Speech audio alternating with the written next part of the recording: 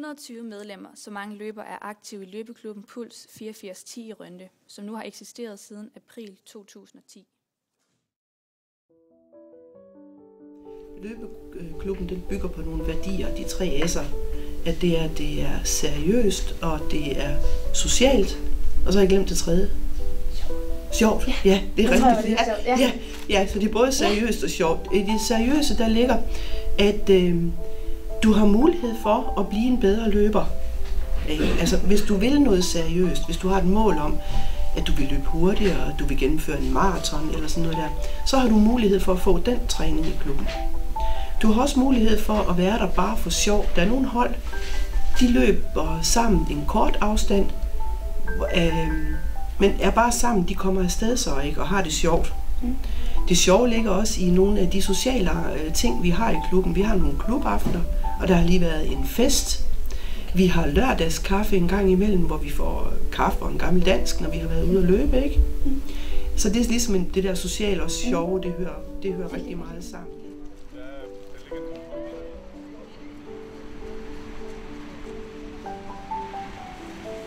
Jeg hedder Birte Gammelgaard, jeg er 56 år, og jeg er folkeskolelærer.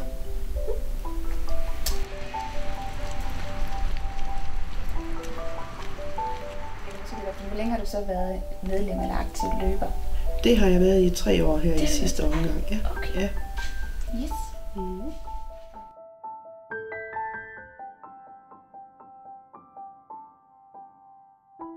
Også at vi er jo kendte i bybilledet, ikke, i vores røde trøjer, når vi kommer.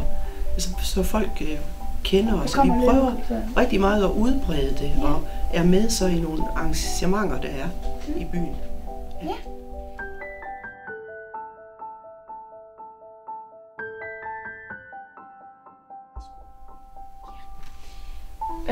Og hvorfor var det så, du startede med at løbe inden at løbe? Fordi jeg gerne ville dyrke noget mere regelmæssig motion, end jeg egentlig havde gjort. Jeg har prøvet på at komme i gang med at løbe rigtig mange gange, og det er aldrig blevet til noget. Men det der med, at man kunne løbe sammen med nogle andre mennesker, det gjorde det lidt nemmere at kapere det og komme i gang. Ja, det med, at der er nogen, man kan... Der er nogen, man løber sammen med, man er lidt forpligtet, ikke? Når man har nogen, man ved, der står og venter. Og det er også sjovere, fordi der er en rigtig stor social del i det. Man får jo også snakket om nogle ting, og man hygger sig sammen. Ja.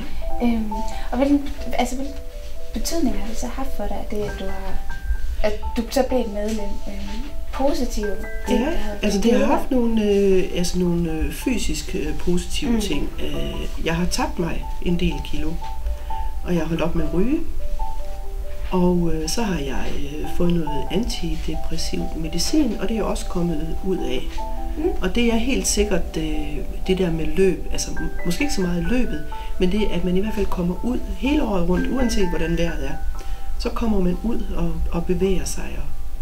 Det ved man jo godt, at fysisk aktivitet er godt for mange ting. Ikke? Ja. Det er bevist.